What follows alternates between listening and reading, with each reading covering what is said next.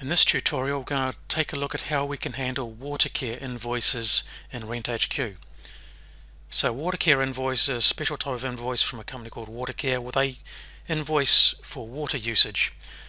The invoice is normally sent to the property owner or the property manager, but a portion of the invoice has to be paid for by the tenant. So generally the property manager or property owner pays the invoice and then seeks to get reimbursed the amount of the invoice that the tenant is supposed to pay.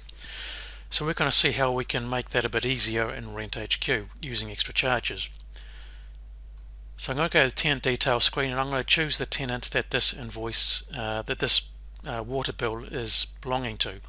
I'm going to go to attachments. Now this only works in the Windows app version of RentHQ. It doesn't work in the browser version. So what I'm going to do now is I'm going to get my Watercare invoice and I'm just going to drag it on. So here's my PDF file. I'm going to drag it on here and just drop it. This is normal stuff at the moment, so I'm going to attach this PDF file, and I'm probably going to want to tick this option here if I'm a property manager to say that I want to email this to the property owner next time I send them a statement. I'm just going to save that.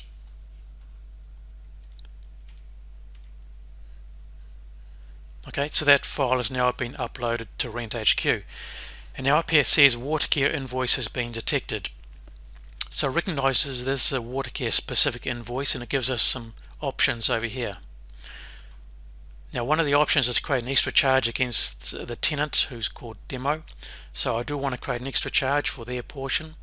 Because I'm creating an extra charge, this is the description of the charge and this is the amount. So RentHQ has automatically calculated the amount by looking at these amounts down here, because this is the portion of the invoice that the tenant pays.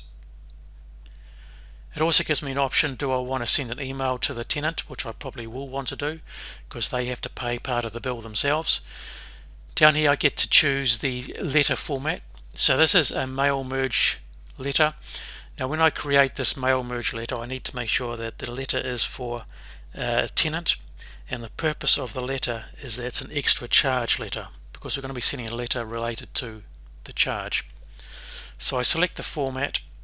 And that's the body of the email, and down here I enter in what is the subject that I want for that email that I'm going to send to the tenant. And down here I also have an option, do I want to send this file here as an attachment to the tenant as well so the tenant can see it. So I'm going to say yes to all those options. Now when I press save, RentHQ will remember the settings that I have set, so next time round it'll default to those same settings. So I'm just going to press save.